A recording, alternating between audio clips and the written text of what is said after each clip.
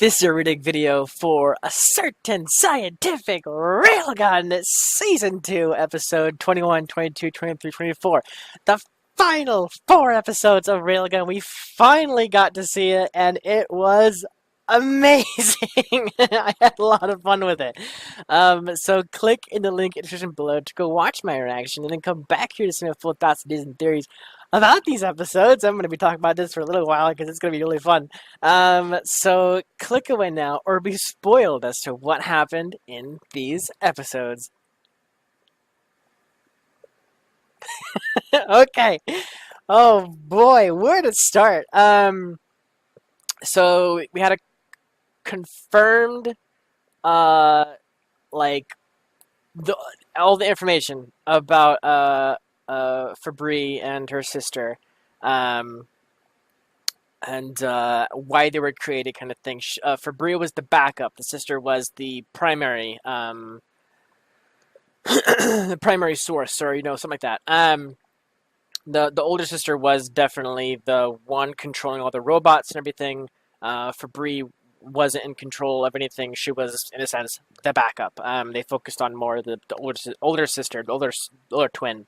In this case, and she is indeed a experiment created in a lab. Something about like a chemical clone, or something like that. It was like a chemical being made in a lab, basically. Not a clone like the sisters are, but more so in a different way. Maybe slightly similar to some, because it seems like they kind of picked and choose from like other experiments out in the world in the Academy City. Like, so they picked stuff from, like, the sister experiments, and they picked from the item gang item group, the bodyguard people, whatever, the mercenaries, assassins, what would we call them? The item, the 4 people, the 4 girls, picked from them, picked from, who else? There's like a ton of people that they picked from. So they just kind of like got a lot of little tiny things that were failed experiments, in a way, not failed experiments, but like just like projects, and then they just kind of picked the best bits of like everything, and then kind of just slammed it into one. And was supposed to like destroy all of Academy City. It's like a failsafe kind of thing, but ultimately they wanted to cause like a terrorist incident to prove their point, or something like that. All kind of stupid, but well, their ideals behind it is pretty stupid. Probably starting with the beeps. It's a thing. I got a text message on my phone. So. It was really cool to see the end. Oh my gosh.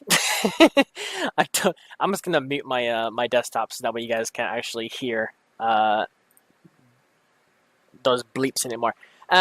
So yeah, so it was really cool to see Johnny, the older sister, her kind of very briefly, super briefly, right? But she was given a 4-leaf clover by Shirai. Basically, it's like it, it gives you good luck, stuff like that. And then like she like turns to kind of like a railgun and just says like I know it works, or something like that, which is really cool. Railgun actually trusting her friends and telling her friends is a huge leap that I wish she did a long time ago. Because she could have used the help a lot when she was fighting Item. Could have used the help a lot when she was fighting the sister experiment. Not the sisters in general, but just like the sister experiment, the experiment itself. They could have helped a lot. Could have even brought the guys to justice. Who knows? I don't know. But there's this huge underground world that we're kind of slowly delving into. And most recently was like where we're like, yeah, there's an underground world that like no one's really a part of unless like these certain kind of people, including Tara, who was I wrote her down as the director of everything, because she was like effectively the overseer of like a ton of different crap. But she was like a go-to person by the doctor, the frog doctor, basically. What Accelerator calls him is the frog doctor. And funny enough, even Satin even brought up the fact. He's like, pulling her face and everything. He's like, why does it look like a frog or something like that? So that's pretty funny. I'm I'm like half expecting that doctor to come about later on to be some kind of bad guy or something like that, or some kind of mentor, like something, right? Just like something, because like he's such a big help to like not only the Railgun cast but also the Index cast, right? He's helping Toma with his recovery and everything. He's like a really freaking good doctor and so on and so forth. So he's got to be someone important, like beyond what we think, kind of thing. I don't know, just like a random theory that I had. But yeah, so we have quite a bit of stuff to kind of go over. So the Silent Party, I guess is what our group is called, or something like that. They basically wanted to get up all these robots into the festival, create a big terrorist event and everything, and go from there. Basically, just get recognition for like their work and everything, because they're not special in any way in terms of like the Esper powers and such. They have no Esper powers.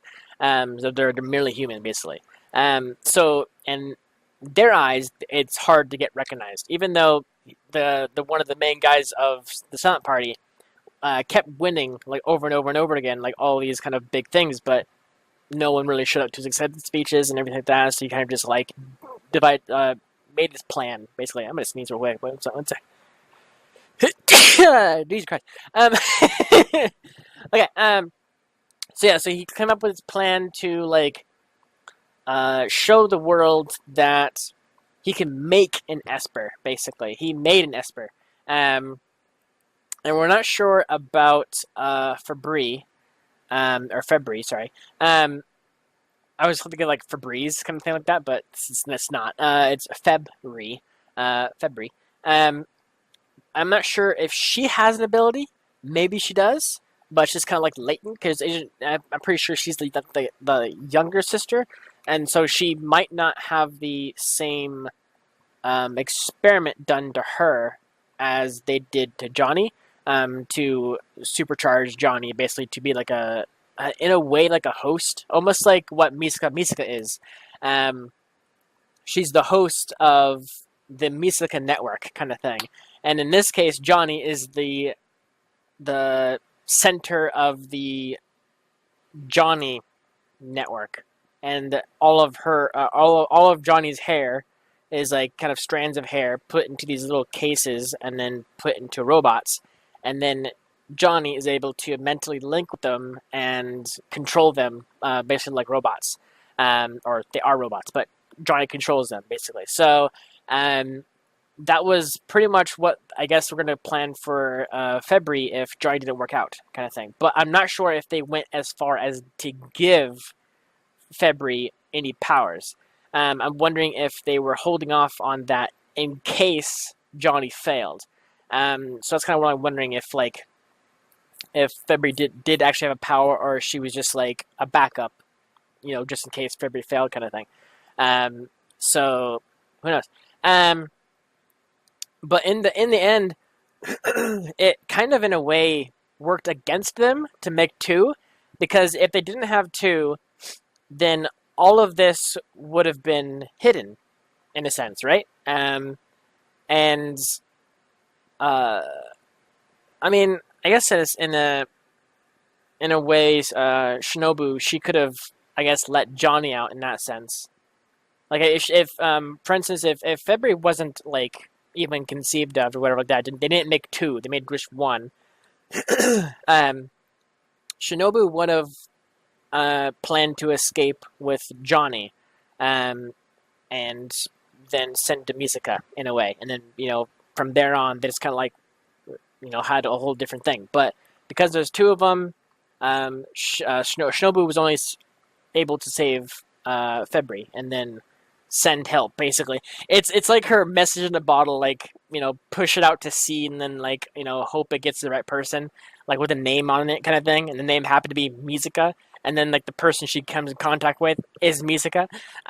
So that was pretty interesting, and like it's kind of weird how she was also afraid of her right away, because I thought for a moment that I thought February was the one who controlled the robots near her. And it actually makes sense now that when she first was about to get hit by the robots, the robot went to go like, slam down on her, and she flinched and kind of like, whatever at the robot, and the robot stopped.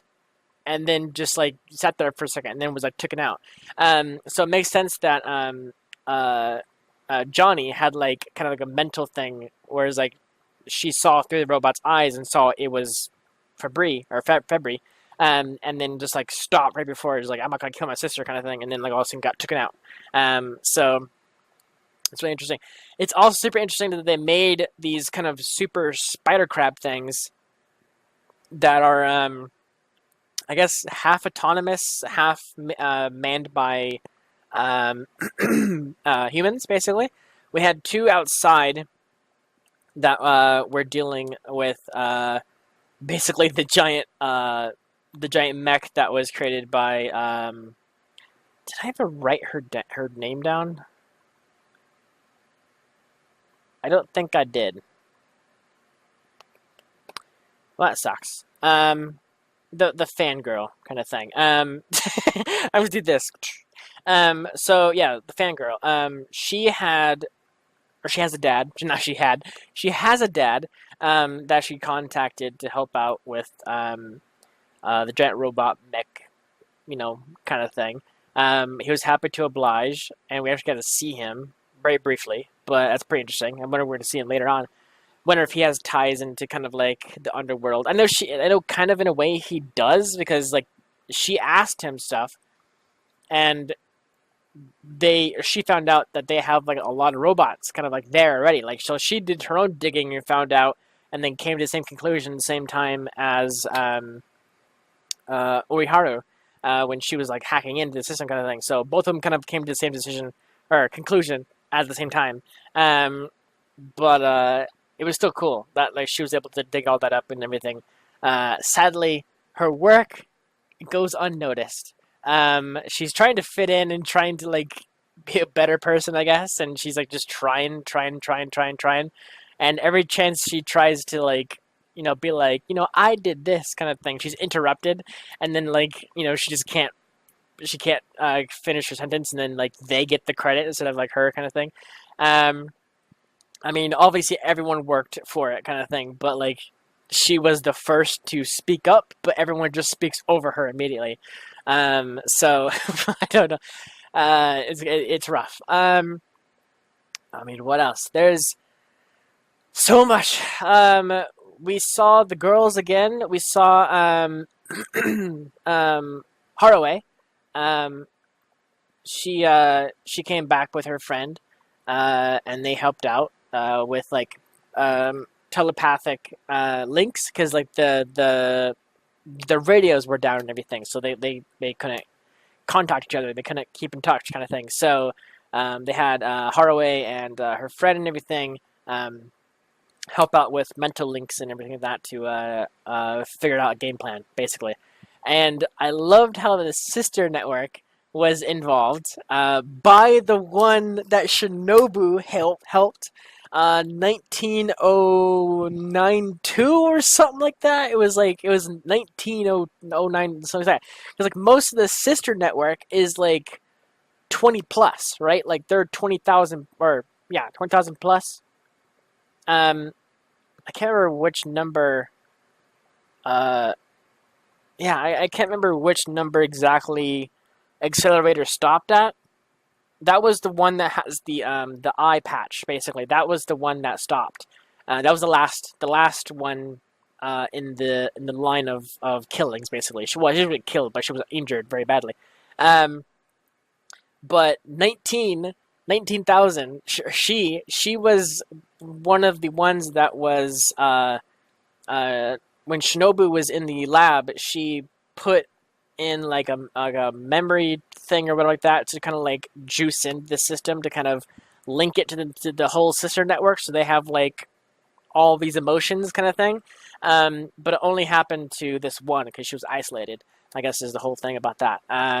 So that is the one that helped out recently, and this one was 19, 19092 or whatever her name was, or her code name is. They should have names. I mean, maybe it's funny if they do, but I know number is in their state. Number is better because otherwise they'll be fighting over names because they all kind of in a way have the same mind. So they might like think of the same name. They're like, "Oh, I should be this," but then like four others be like, "No, I wanted that one," kind of thing like that. So maybe numbers are better.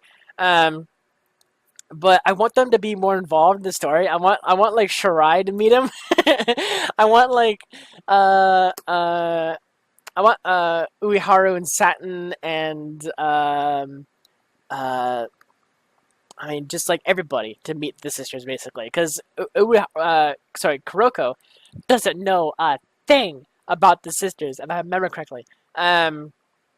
She was left in the dark, and if she knew, like, she'd go crazy because like it's basically Misaka, just like with in a way less personality, but the sisters are slowly gaining personality. We saw during the one of the episodes with them and everything. The one that was like all kind of flustered and everything, and the rest of them are like, is she defective or whatever. Like that was a funny episode. But yeah, I wish they were involved a little bit more in the story and everything. They're very overpowered in a sense, but at the same time useful. Super useful, super overpowered, super fun. I would love to see more of them and everything. But I mean, what else happened in these episodes? There's so much. I'm trying to lose my voice. I've been recording all day. You might not realize it, but I had a different shirt on a little bit ago because I recorded My Hero Academia. I recorded Magi. I recorded Monica. Why am I forgetting? Monogatari, and then I also recorded Quad Shot, all like today and yesterday, basically. And I took a break like a couple hours ago, basically to go eat some lunch with some family. So I've been recording for like 2 days straight because I know for a fact it's going to be hard to record for the next week. In terms of this recording, like it's currently like pretty cool outside right now, which is why I chose today and yesterday to record. Jesus. But the next couple of days is going to be like in the high 90s, and like it's going to suck.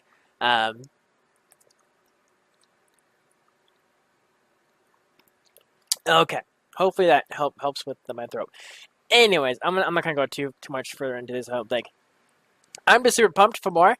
I want more Railgun. I want more Railgun so badly. I love the Railgun series. Out of Index and Railgun, I think Railgun's my favorite. Because the characters are just so silly and everything. I do like Index. And what they do. I like both of them for the fact that one deals with science, while the other one deals with magic. But in a way, they're both in the same universe, and they both overlap with each other constantly throughout their both storylines and everything. I love that. But I have to choose Railgun over Index at this moment in time. I just love Railgun. It's so fun. So I hope after they do the third season of Index, that's coming out. I think this year it's going to come out, or like maybe early next year, something like that. After that season is done, I'm hoping they do another season of Railgun, to do more kind of thing, because I want to see more Railgun. And there's a couple things that we never really got to see in Railgun that happened in Index that I noticed. But I think that all happened in the second season of Index. I'm pretty sure. I think what I'm thinking of basically is the boyfriend that, or not boyfriend, sorry, the stalker, or whatever. The one kid who wanted to get close to Railgun, and then Railgun was so like she didn't want anything about it, so she got Toma to come in and act like a boyfriend and so on and so forth, to kind of hide from him. He ended up being a magician, or something like that. But we never got to see that in Railgun. So I'm excited if they do a season 3.